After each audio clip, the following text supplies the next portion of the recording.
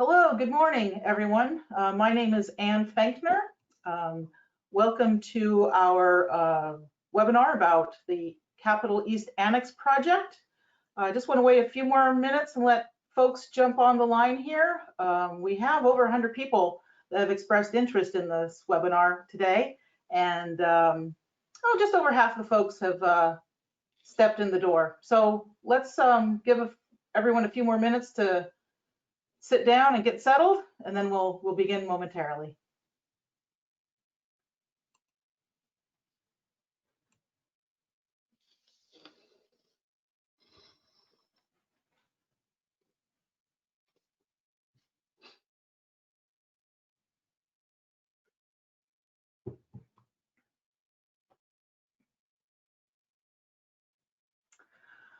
Okie dokie. Well, again, my name is Ann Fankner. Welcome everyone to today's presentation discussing the California Capitol East Annex Project and its impact on the park and the trees. This presentation is part of the Sacramento chapter of the California Urban Forest Council Learn at Lunch series.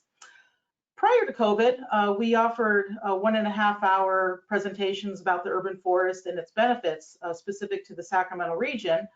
The sessions were held every other month at the Sacramento Tree Foundation.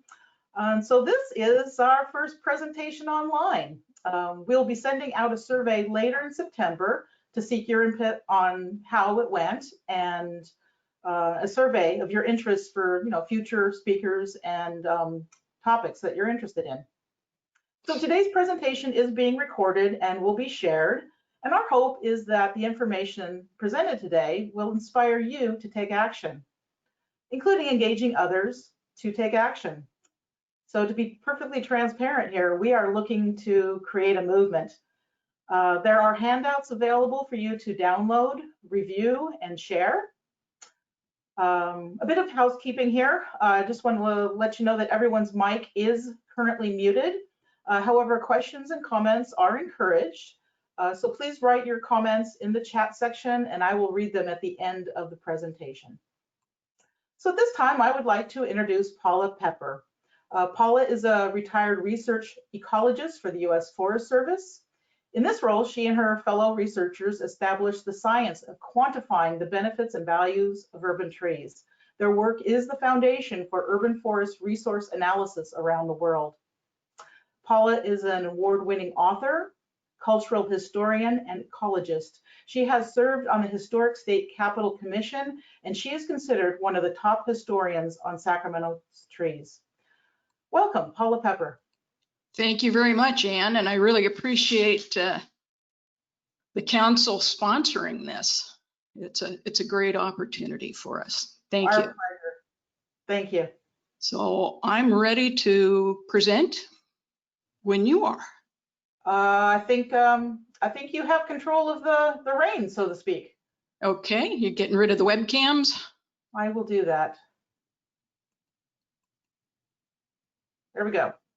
Okay. All right. Well, as Ann mentioned, I was an urban ecologist for the U.S. Forest Service's Center for Urban Forest Research before I retired in 2014.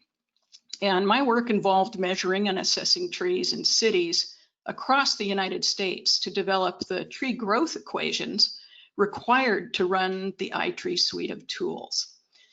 We calculate the energy savings, the carbon storage and sequestration, the air quality improvement, and stormwater runoff reduction associated with those trees, as well as the replacement costs and aesthetic value of the trees.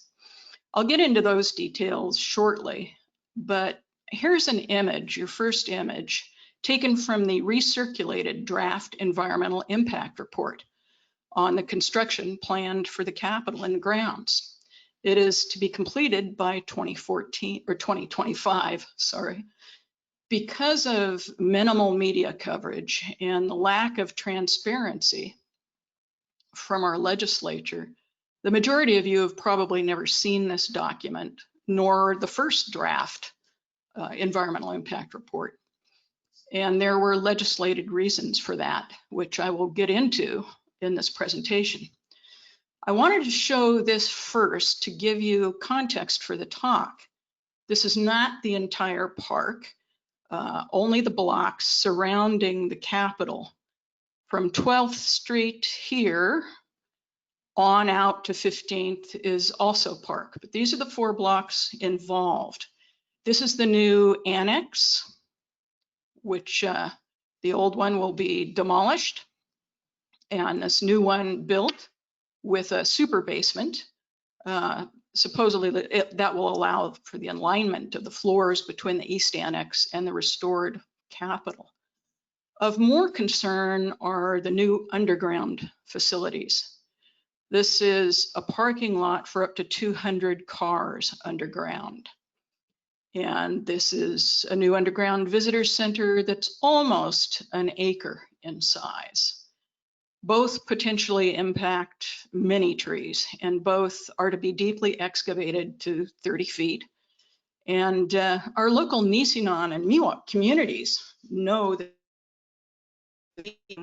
the remains of ancestors.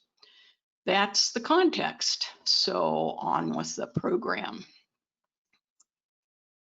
This is an aerial view from the 2014 tree inventory that was conducted that shows the approximate boundaries of the construction areas. Every dot and number you see is a tree. I've very roughly outlined the areas of construction on this image. The one section that is not correct is this corner is not involved in the parking lot, and a little bit of this section is not. So there are over 100 trees within the footprint of the current plan. There's the old magnolia, the deodars out along 10th Street, and the redwoods facing the south side of the Capitol. Many of you who have visited the Capitol know the deodars that line the front of the restored Capitol. Originally, there were 10. There are still 9 older ones existing, plus a new younger one, or newer. These trees front what is fondly known as the people's front porch, and they provide beauty and shade and ecosystem services for our state's people during marches, protests, public events, and just general social gatherings. The area you are seeing here will be partially replaced with a skylight for the planned underground visitor center. It will be fenced off to prohibit people from walking on the skylight, thereby reducing what is known as the people's front yard.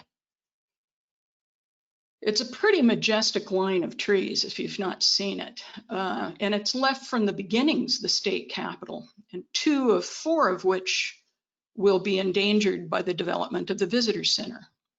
Arborists have discussed having Environmental Design Incorporated, which is the premier big moving company nationally, to lift, hold, and then put these trees back after construction.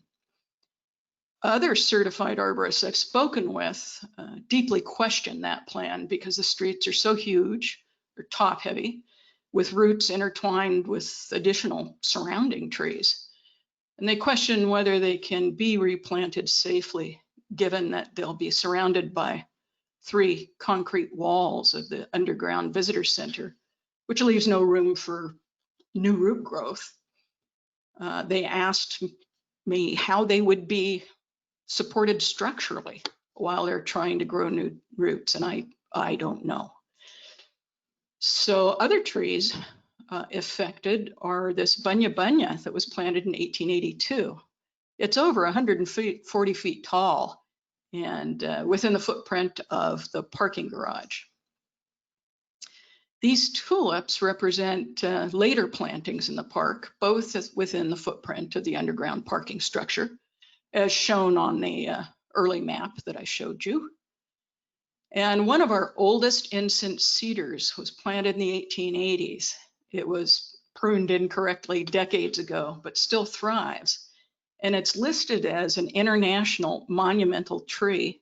It measures 22 feet around at the trunk. It's 118 feet tall, and it's in the footprint of the parking structure. This coast redwood grew from a seed that was carried to the moon on Apollo 14 in 1971.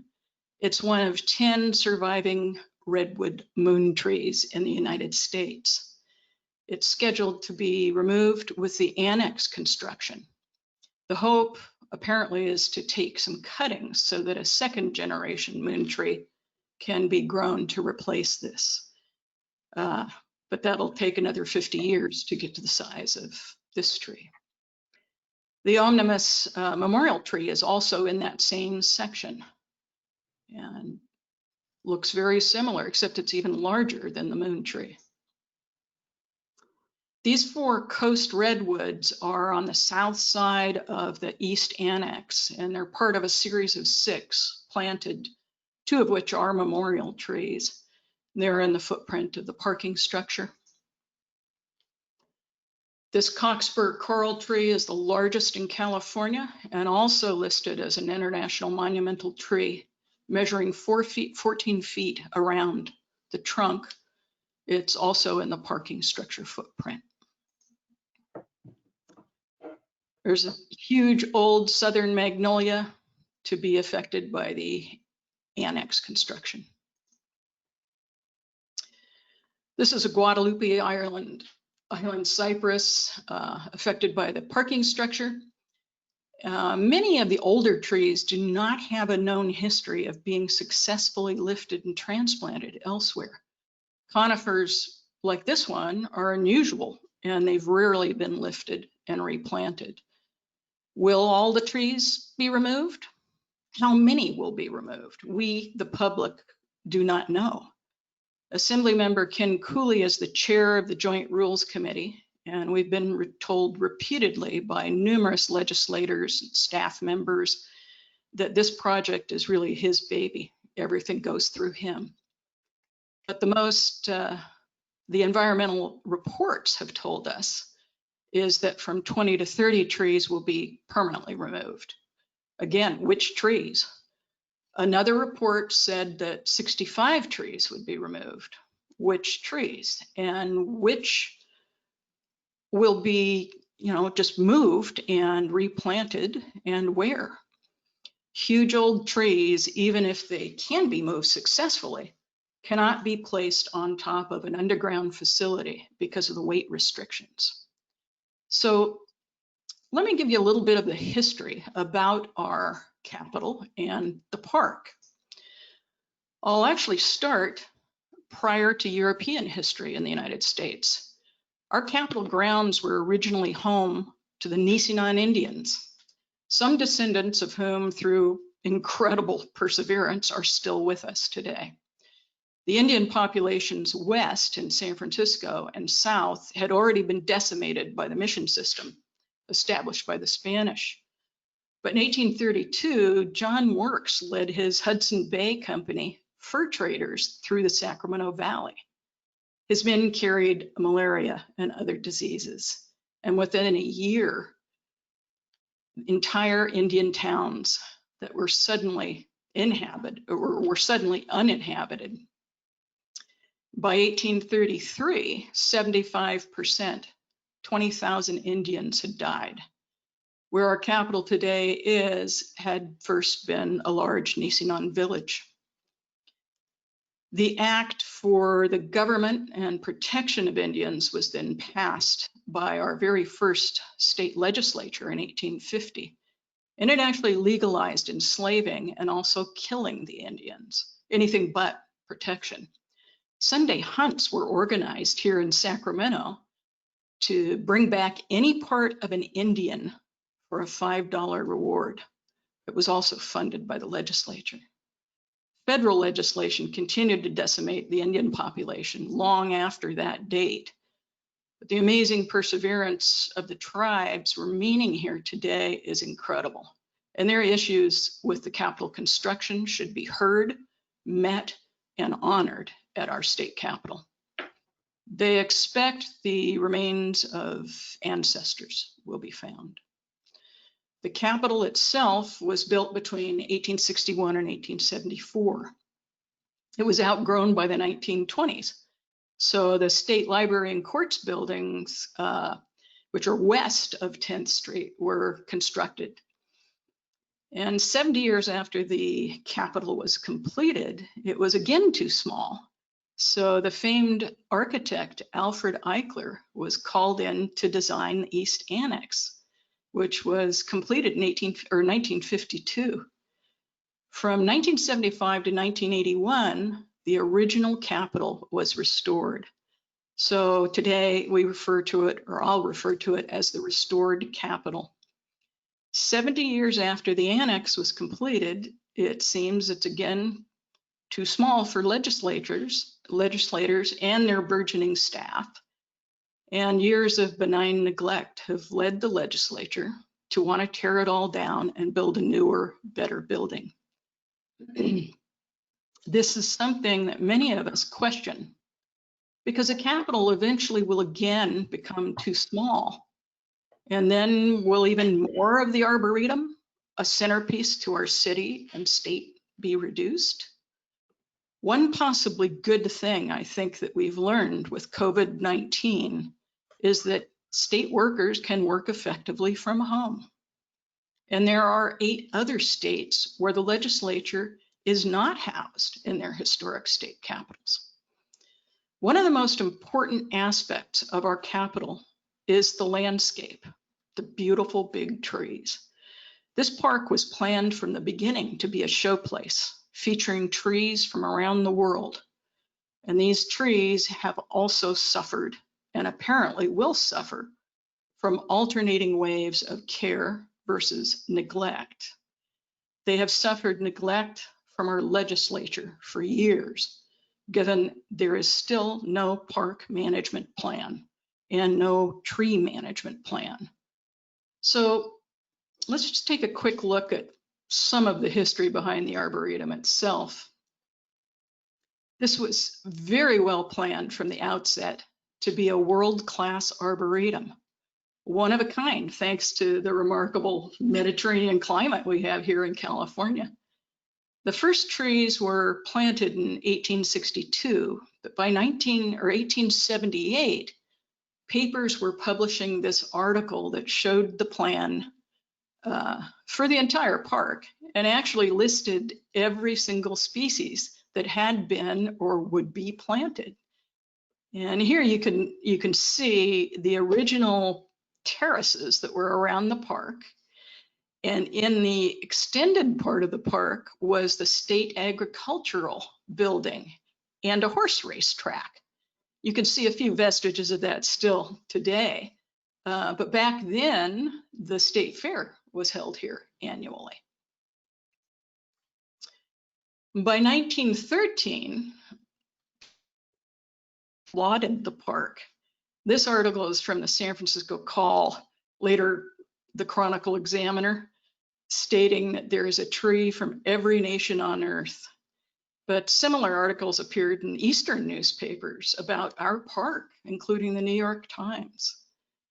And really, the Arboretum is still thriving. It has 210 species of trees in one 40-acre location, but nearly half of those species are represented by only one tree. We've needed a tree management plan to figure out removal and replacement as the trees age and eventually have to be replaced. There has never been such a plan, not since 1878, although most major arboretums have them. So I'm hoping this will work online, but I accepted the appointment to the Historic State Capitol Commission in 2014 because my understanding was that part of our job was to create a master plan for the park grounds. And I knew a good tree management plan was needed to add to that plan. So many of the trees were suffering from drought-mandated water reductions. If you remember, Governor Brown really wanted the park to be an example of water conservation, but cutting off water instantly had a horrible impact, and particularly on the conifers. Since the Legislative Joint Rules Committee wouldn't allow us to create the master plan, I went to work with Ground Supervisor Mike Nielsen to create a list of trees we would need within the next 10 years. I'd find the seed source. Mike's budget would pay for seed and seedlings, a little each year as his budget could afford. And the UC Arboretum Teaching Nursery joined us and agreed to propagate and properly grow the trees. So this is a little video, and let's see if it will play.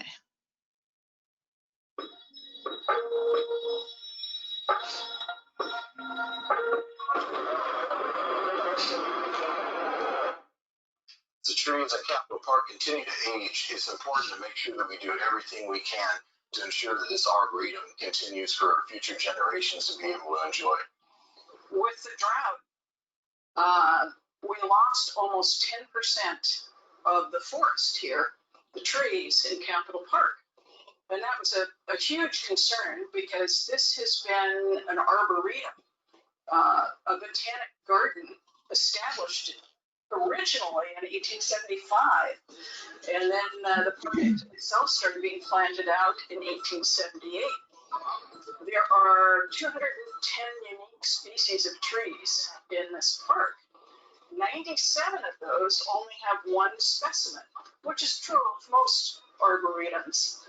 But we began losing so many, especially the conifers. We're now in partnership with the UC Davis Arboretum and Teaching Nursery. They are just doing a fantastic job. So we're starting a lot of the plants for the Capitol by seed because they're really, a lot of them are unusual. They're not commonly found in the trade.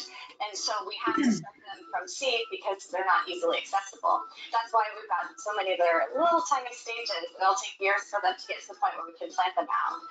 But it's really exciting for us to be able to get to work with this project because they're unusual plants. It's a unique opportunity. For the Capitol project, we're using special tree pots. So some of them are really deep, some of them are air pruning pots. Both are with the goal of creating a really strong root system that it helps establish the trees really well once you plant them into the Capitol Park. We're growing a lot of different species. There's not just one plant that we're growing for the Capitol. We're going to be growing many different types of species, and all of them have different rates of growth and different habits and different needs. So trying to figure out all of these specific things about the plant. Some of these only grow a couple of inches a year. So these plants with these pots with the channels in them are designed to encourage that downward root growth. And by shifting these up into bigger sizes each time, we're going to make sure that these roots don't constrict. This box elder is part of the Civil War Memorial Grove, and all the trees from this grove came originally from battlefields in the Civil War. A couple of years ago, a tree came down, fell, dropped this tree, and now UC Davis is going to help us take cuttings and clone from the original tree a new tree.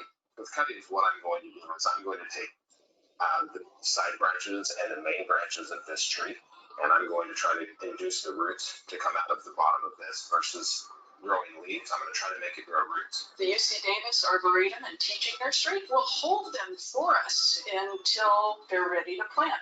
We're very grateful to the UC Davis Arboretum in their partnership and helping us with this tree replacement program here at Capitol Park.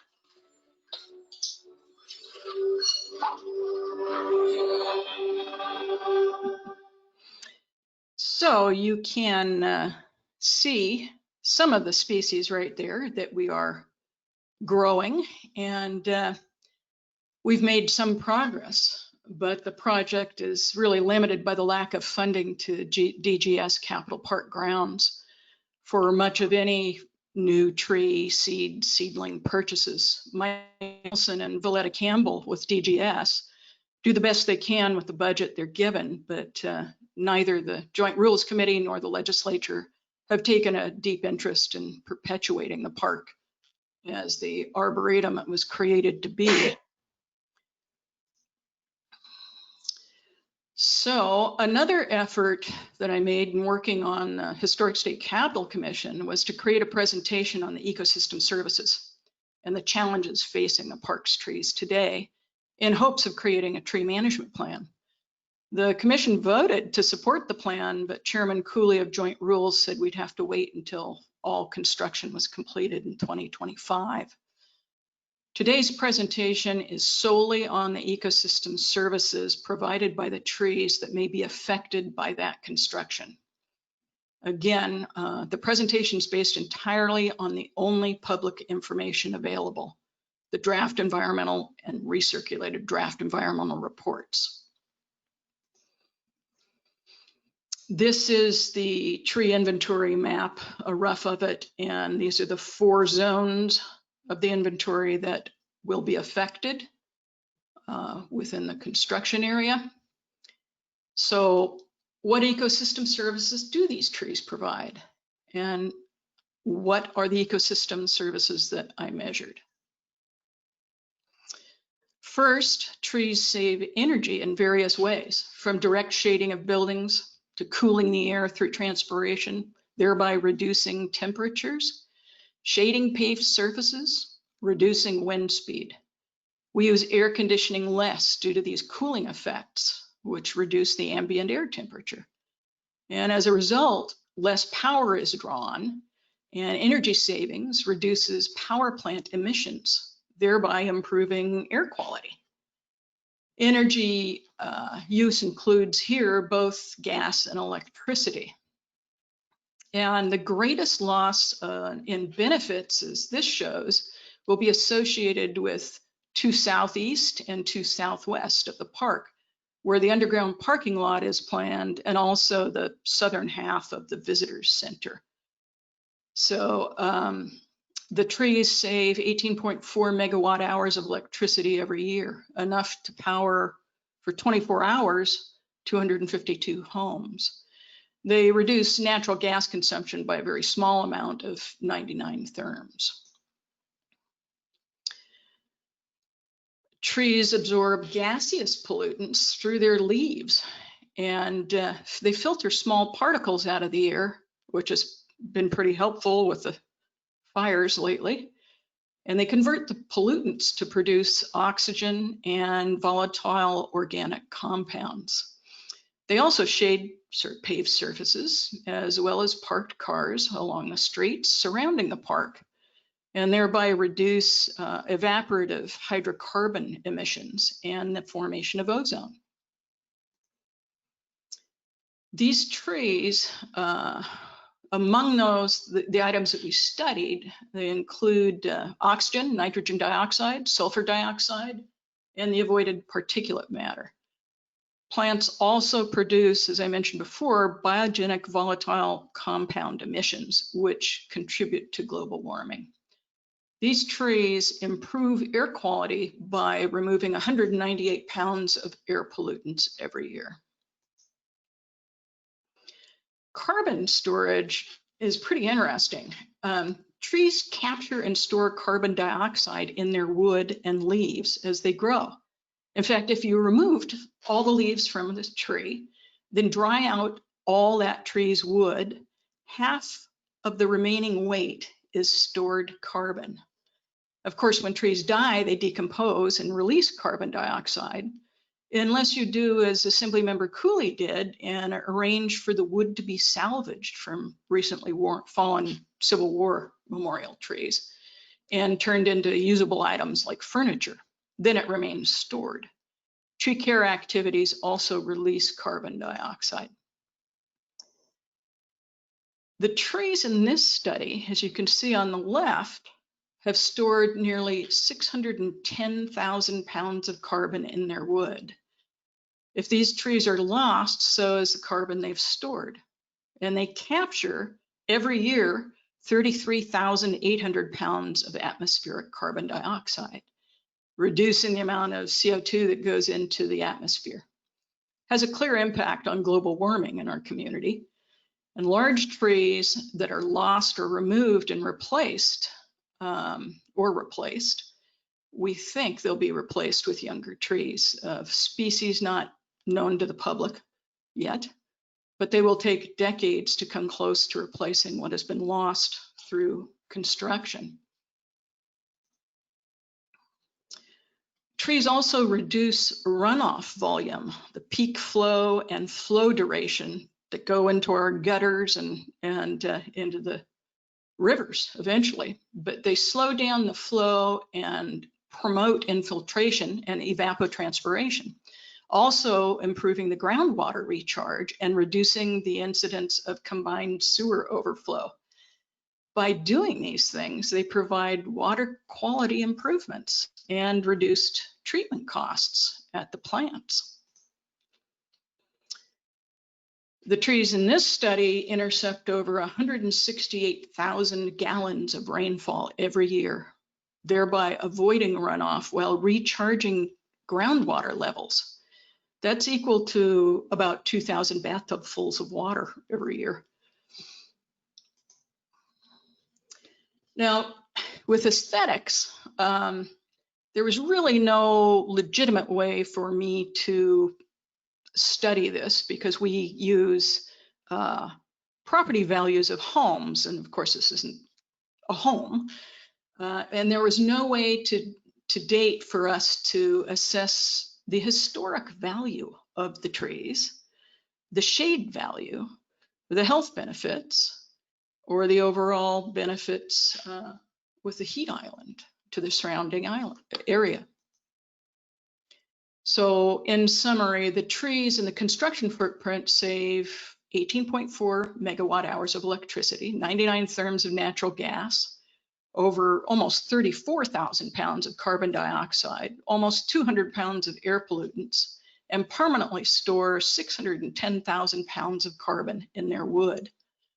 On average, they supply about $200 per tree in benefits every year.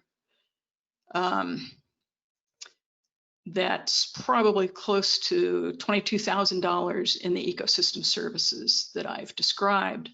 But something important to note is that the tree growth equations that I created do not grow trees to the size of the trees that are in this park. So these benefits are greatly underestimated. There are 30 large and some unique trees, historical trees, that provide the most benefits. Among these are, the 11 redwoods, bunya, deodars, incense cedars, and the rest that you see here. The greatest loss of benefits due to the construction are in to south and southwest and southeast, as I mentioned before, which cover the underground parking structure and the southern half of the new underground visitor center. The greatest potential impact to historical trees include those currently existing on the site of the underground parking lot and the visitor center, but also several large redwoods, including the Moon and Omnibus Memorial redwood trees, which will be removed with the East Annex.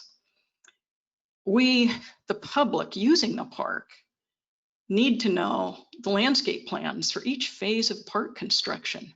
Should this project go on, as is reported in the DEIRs? Which trees will be permanently removed?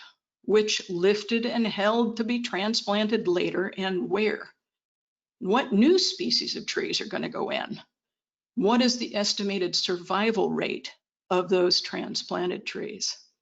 The draft environmental reports on this project do not say, and the public deserves to know. California, after all, considers itself a climate change leader. So it seems pretty ironic that legislative leaders are promoting a huge underground parking structure and the damage to and removal of trees. So lastly, regarding benefits, take a look at an aerial of canopy cover taken a few years ago by the Bureau of Land Management. They did the entire canopy cover in our city, but this is an enlargement of the Capitol Park section. You see the entire park here, and you see already that there are many fewer trees surrounding the Capitol than in the other areas. So, if they put the parking lot to the south, they can't place large trees, as I said, on top of the facility. The weight is too much. The visitor center actually has more trees than are shown on this. The magnolias in the first terrace don't show up on this. The bunya, the tulips, all of these, and the removal of all these will increase air temperatures outside. So Mr. Cooley's staff have put up a website, and please copy down this address and really take a look at it. It's available to you all. Most people don't even know about it, but the address is on top, and you can access info under the first Capitol link on how bad the current access is safety-wise. And that's true after many years of what California State Preservation Societies term benign neglect. The State Office of Historic Preservation has still not received any documents to review on the new planned construction, and that's required under state law. If you scroll down on that landing page, you can see a more recent addition that's on the Visitor Center. After months of not much activity on this site, it's interesting that now there are changes as we've pushed for more information. But the new Visitor Center section has no mention of its size, nor that it will block a large section of people's front yard where we gather to protest and celebrate and hang out. It's blocked because, you know, of the skylight that I mentioned. And in the DEIRs, there are no artist renderings, nor on this website are there artist renderings of any of the structures that will be built. If you click on the link I've outlined in red here, you can also access information on the brand new state office building all the legislature will move into for the years that construction is happening at the Capitol. It's at 10th and O Street, right behind the legislative office building, and it's progressing rapidly as the legislature passed laws that said they didn't have to go through a bidding process that the rest of us and the state has to in order to build. Also, this structure, construction on it was not canceled, nor is the plan for the state capitol, as all the other executive branch buildings have been canceled due to the COVID budget crisis. When you're on this page, you can click on this and you'll watch a video of the site with Mr. Cooley that shows it will have access to everyone, including ADA access. Meanwhile, we're still spending $1.3 billion on the swing building and the Capitol Annex Project combined, apparently without the legislature considering any of the other options that they could. The restoration, rehabilitation, renovation, or reconstruction of the annex, which is on the National Historic Register. So you can click on the Capitol Park icon and see that Mr. Cooley is bent on saving some trees that have fallen down. Apparently not so much on the trees that are still standing. By 1902, there were 37 trees planted from Civil War battle sites in the Memorial Grove. Now there are only 8 left, since 3 went down in the winter storms of 2017. There are numerous other older trees being nursed along, and for a number of them, the contracted certified arborist has recommended they have deeper studies conducted on their roots to look at the disease possibilities. But those studies cost around $3,000 to $5,000 per tree, and the park budget is currently too small to afford those costs. It's important to note also that the Civil War Memorial Site is not even in the construction zone. It is east of the construction zones. So where is a discussion on this website of what is going to happen to trees in the construction zone? We can't find out. Contractors are under non-disclosure agreements. They can't talk to the public. They could not talk to the Historical State Capitol Commission. You also on that website can see a recent frequently asked question update page, and it's listed under the Resources and Publications tab. This one really caught my eye. The concerns about the number of trees impacted appear to be based upon the unfortunate assumption that the entire area as shown in the EIR will be the actual footprint used for the project, which is not correct. Look, the public only has the draft EIRs at our disposal. And if they don't describe what and where construction is going to happen, why not? What is correct? Where will buildings go? Isn't that what EIRs are all about? Where will the parking lot end up? Any place else in the park impacts even more trees.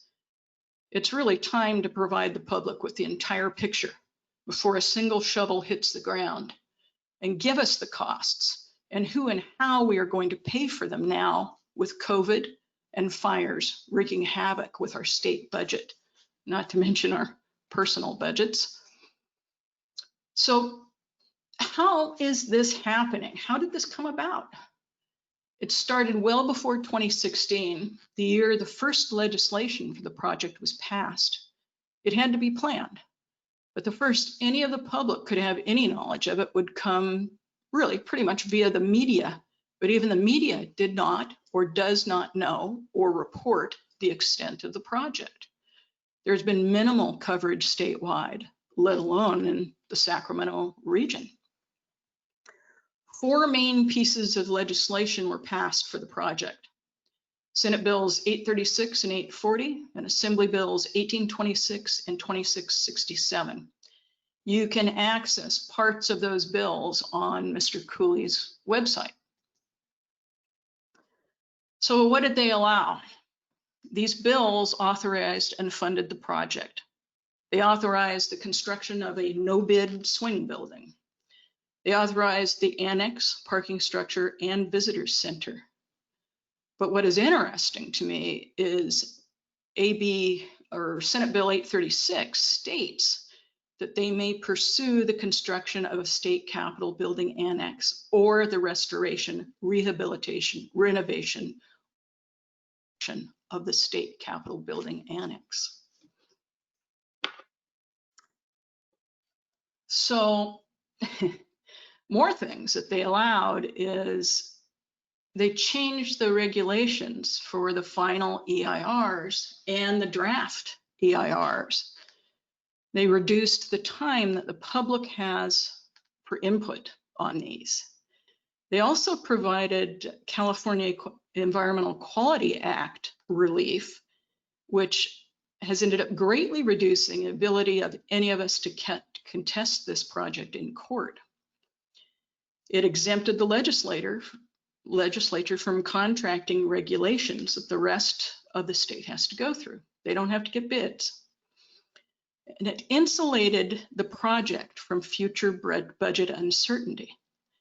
So if some budget crunch happened, which now it has, unfortunately, the funds would be returned to general funds, but then automatically projects would be funded by revenue bonds. That adds another 30% in interest over time to the cost of the project. A little bit more about the Historic State Capitol Commission. It's made up of 2 Senate and 2 Assembly and 3 ex officio members. The ex officio members are the state archivist, the state librarian, and the state historic preservation officer. The latter of which, as I mentioned, has not received documents on the project to review as is required by law. Our job was to protect historical and architectural restoration in perpetuity.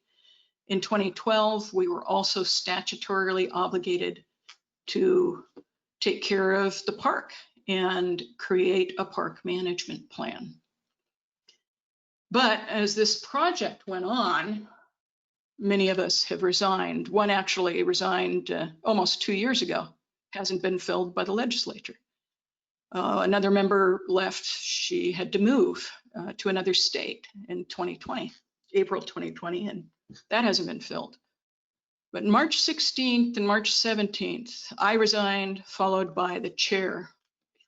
And at this point, there's barely enough people to fulfill our statutory obligations given the lack of a quorum. But Mr. Cooley advised us that we would need, as I said, to wait until after new construction, 5 years, to do the park management plan.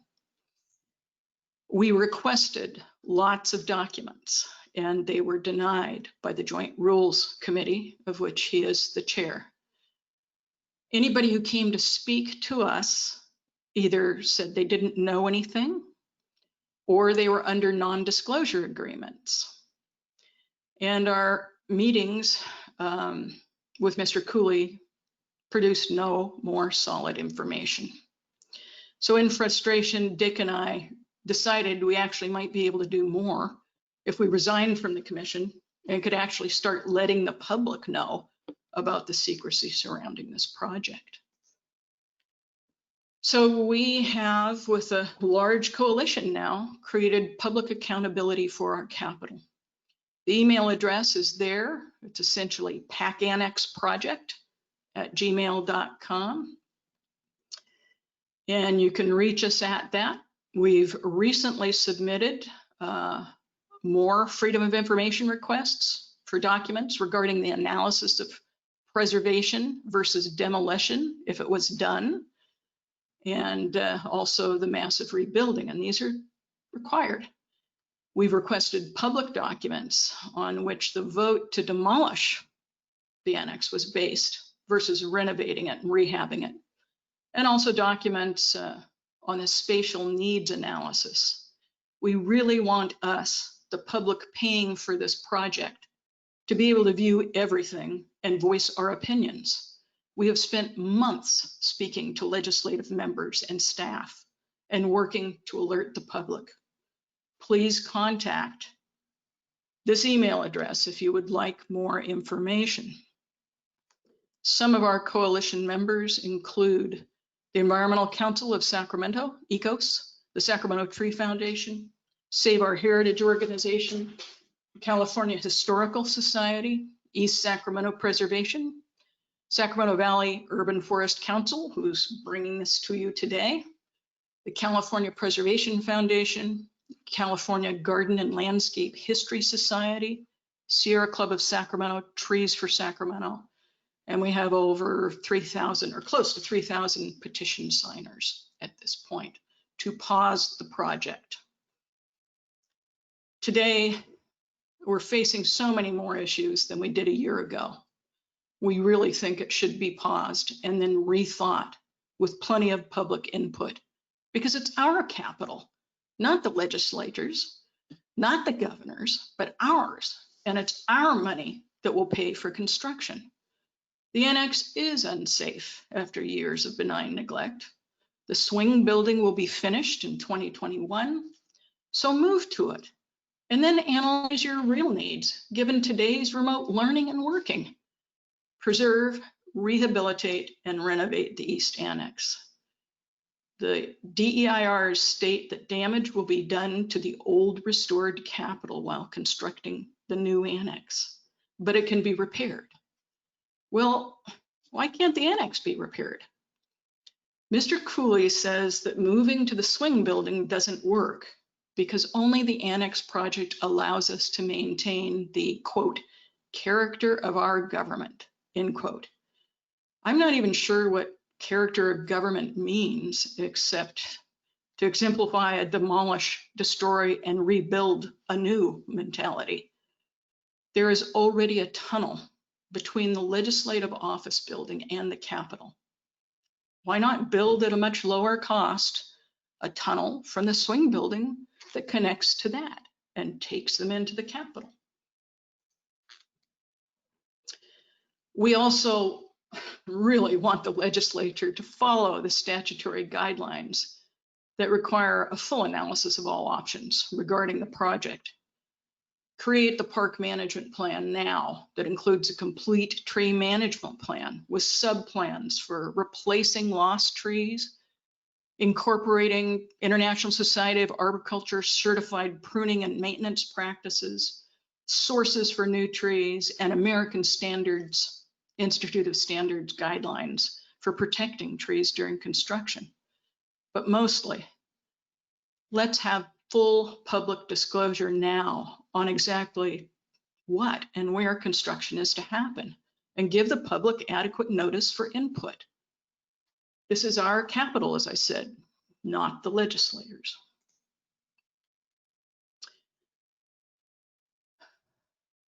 So these are what's at risk. The historic East Annex will be destroyed and replaced. This affects 4 very significant blocks of the park, and trees will be greatly affected. Exactly how many and which ones, we don't know.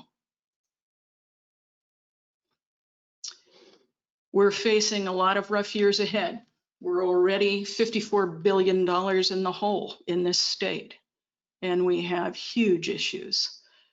Not just the fires and COVID, but social justice, equity, climate change, homelessness, which is going to increase with COVID. So 1.3 billion plus interest is not a pittance to most of us. The capital itself is 755 million for the parking lot, visitor center, and annex restoration. If you add, as a legislative office or analyst's office states, there's an average 30% interest on revenue bonds. So that brings our cost now just for this construction to nearly $1 billion over time. So pause the project and let's rethink it and have public input. If you're upset by the plan, speak up. Seriously, it's very important that all of our voices be heard. Here are the key people you should write to, and their email addresses. Anne will also post, or she already has posted, a complete contact sheet that has snail mail and email addresses and phone numbers for these people. So we suggest that you both call and mail them. People who answer the phones tend to keep records of who calls and why and on what subject, and if you oppose or are for it. So she'll post various other handouts on the project too, which will give you additional information. That's all I have, and I'd like to thank you very much for your time and your interest in this. Paula, thank you. I've just activated my camera. If you could do the same, please. As you can imagine, there's quite a few questions and comments. I'd like to begin with a comment by Dick Cowan, the former chair, and then I'd like to answer 1 or 2 of the easy questions, and then I'll share the others that were specific ones with you. We did schedule this webinar for a full 90 minutes. So to repeat what Paula said, this is being recorded. It will be posted on the California Urban Forest Council website, the specific Sacramento Valley chapter website. It will also be on our Facebook page. As well as this presentation, we have been featuring specific trees that Paula mentioned in the presentation in a little more detail on our Facebook page. So that has been leading up. There's about 15 of them with more details. Dick Cowan says the visitor center would also have a very large hole in the ground, a below grade gathering place for visitor groups to assemble, but not accessible at grade level for gathering. Thanks, Dick. Let's see, a couple of people came on late and asked if it's being recorded. Yes, I think I just addressed that. Somebody asked about the what distinguishes a monumental tree, and the answer is it's specific to the species. It could be the tallest, the biggest, the oldest, and it depends on that specific tree. Invite you to go to memorialtrees.com, and that specifies thousands of international monumental trees. Okay, Paula, are you ready? I'll do the best I can, and what I can't answer, we will ask you to send a question to the PAC Annex Project. Sounds good. I want to start with one kind of backtracking to the earlier part of the presentation. You're talking about the trees specifically and this concept of moving trees. Are you aware of any examples where 50+ foot trees have been moved successfully? Yes. And in fact, the company that I mentioned, Environmental Design Incorporated, has very successfully moved some large redwoods and a large oak. I'm not sure they're trees that are 100 feet tall and better though, as these are. Michael Neumann is the urban forester for the city of Roseville, and he writes, I think you've addressed the piece of this, but I'm just going to read the question in its entirety. Are there any consulting arborist firms involved in this project that support the state, and have any reports, designs, or alternatives been shared from these firms with the public? Have the reports been requested? Are they part of the EIR? The reports are not part of the EIR. We have asked repeatedly for the landscape plan reports. And there is an outstanding firm that has been involved in this project. Ed Sturtz and Gordon Mann are part of that. And they're excellent, ISA certified arborists. But they're under non-disclosure agreements, or they were for all of us to talk to with the Historic State Capitol Commission. Gordon Mann asks, how much money is needed for the DGS to develop the other 17 trees or more if needed? Has that been evaluated, Paula? Yes, we're looking at probably, well, there's two issues here. For the other 17 species, it will cost pretty close to $3,000, which is a pittance, but Mike is also under state purchasing restrictions. And so he can only go to local businesses.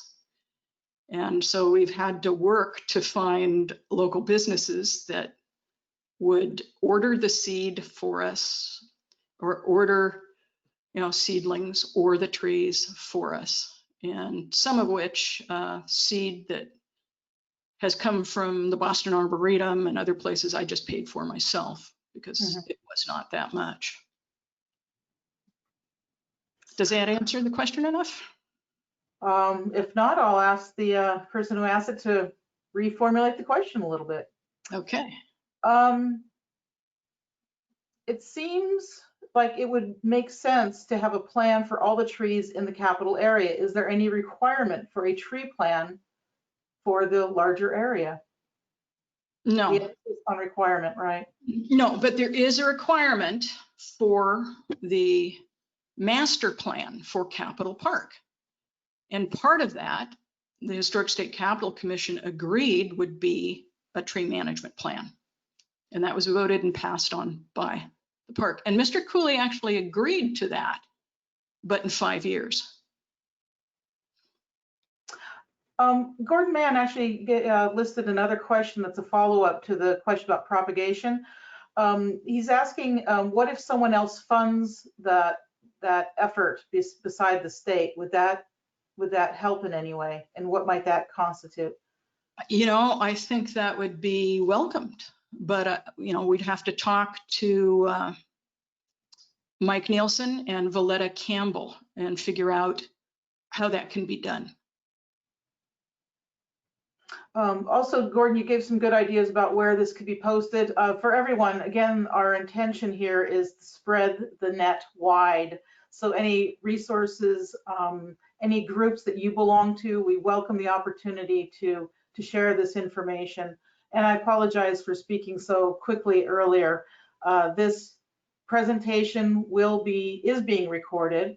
It will be shared with all of you who are on the line right now. It will be posted on the California Urban Forest Council website, as well as the Sacramento chapter of the California Urban Forest Council website. Paula? It will also, let's see, next Wednesday, I'm being interviewed as part of Randall White's Insight program.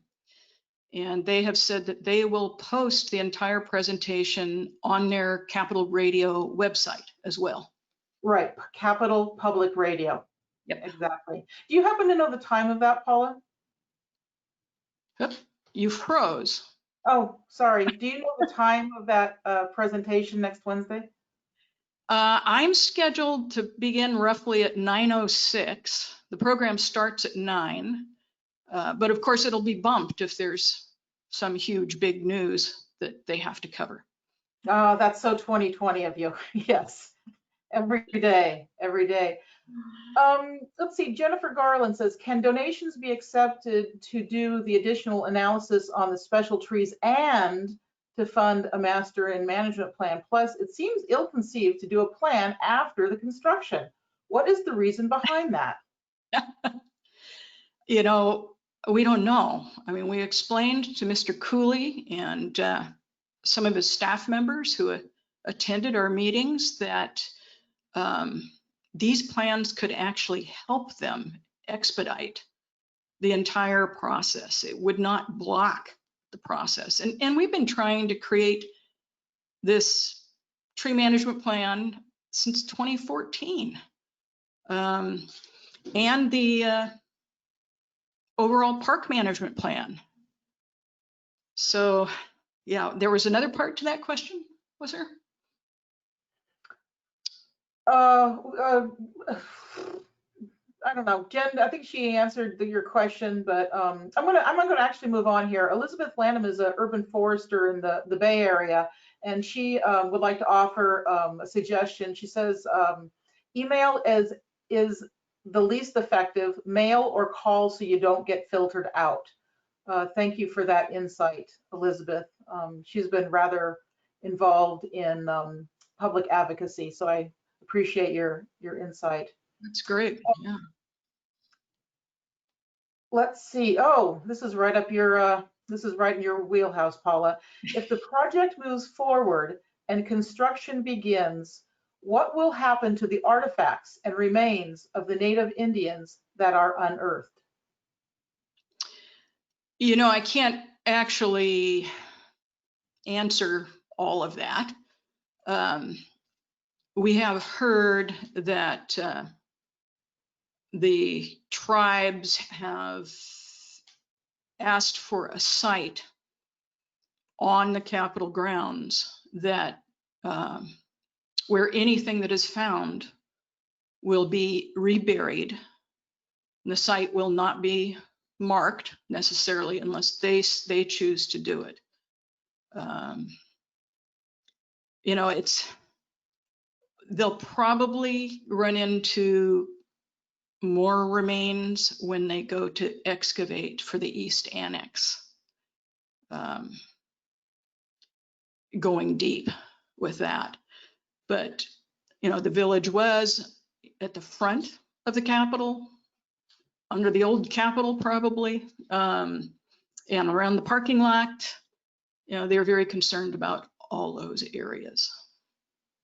But we're unable to get information.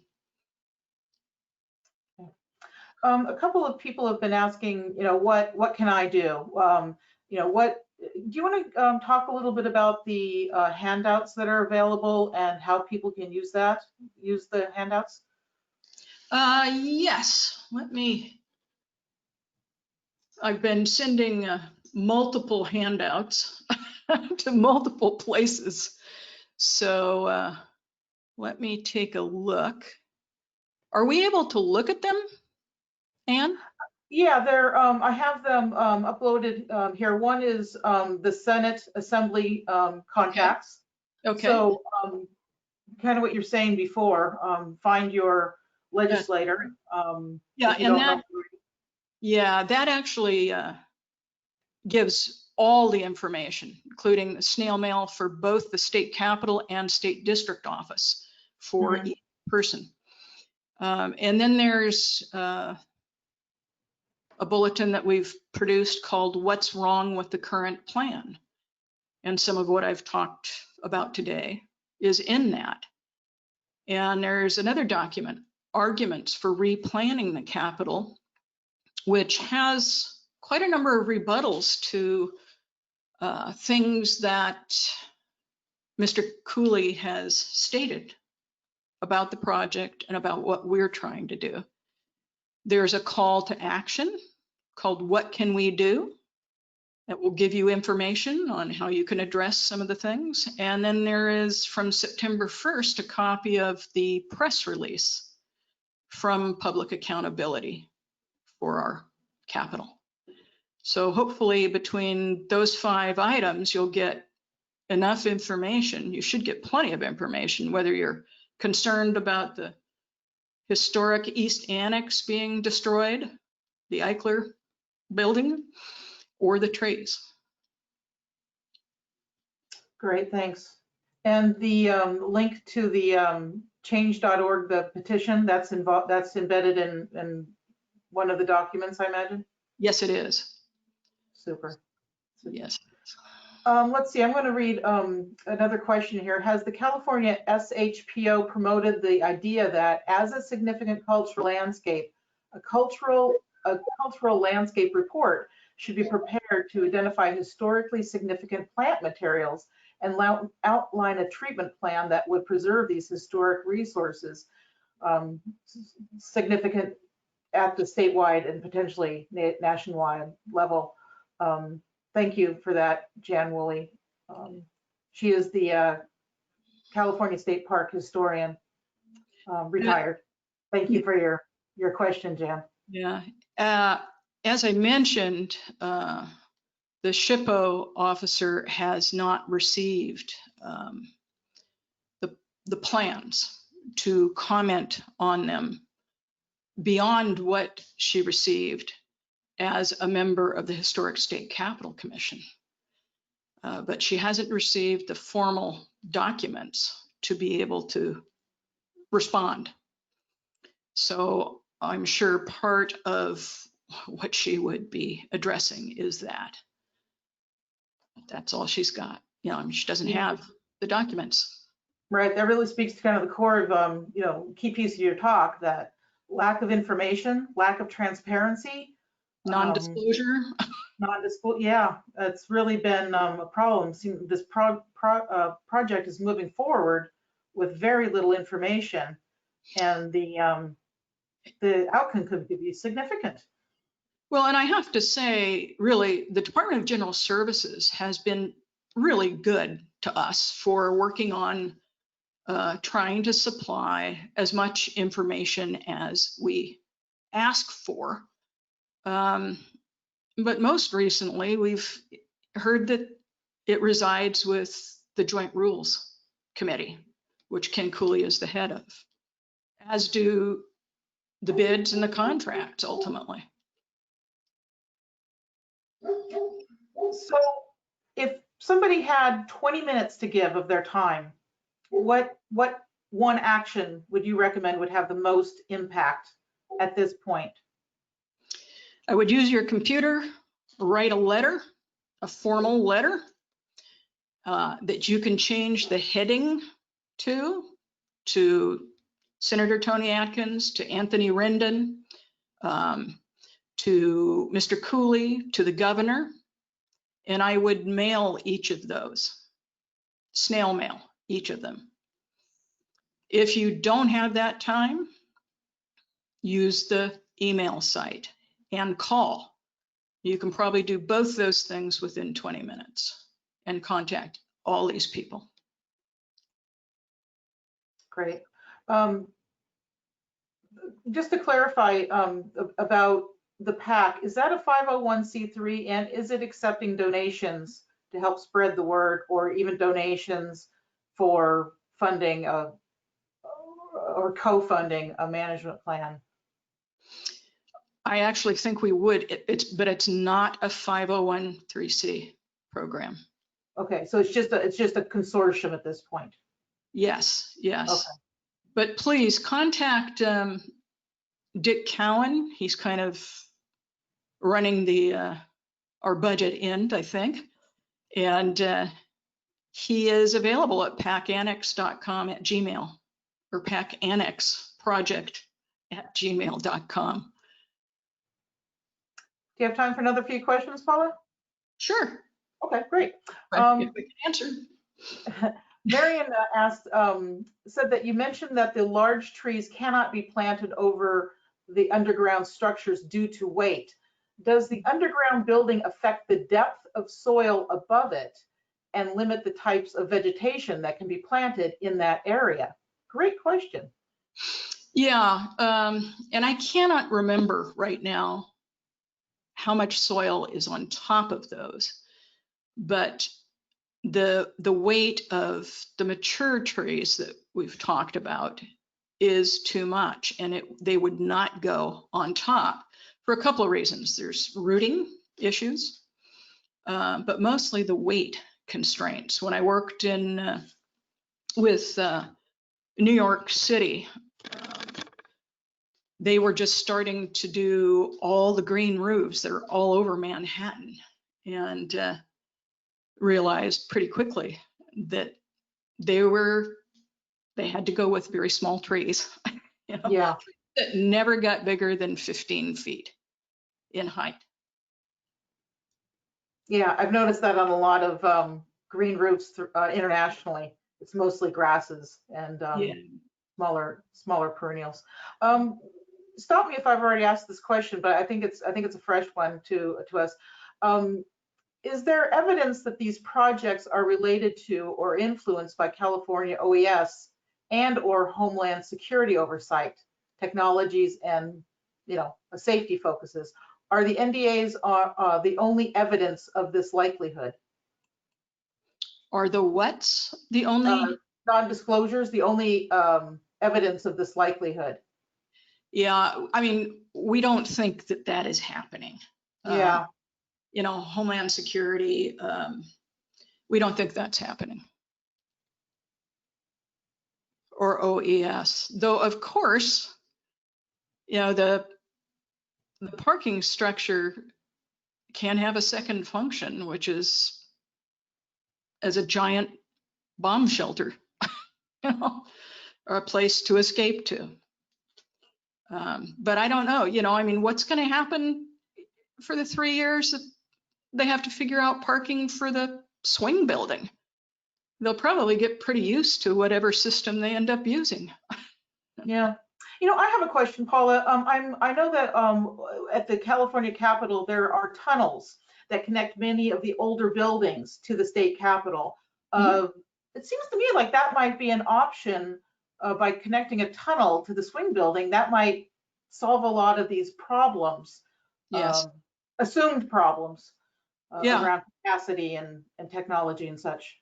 As well as cost. As I mentioned, this building is behind the legislative office building, and there is already a tunnel from the legislative office building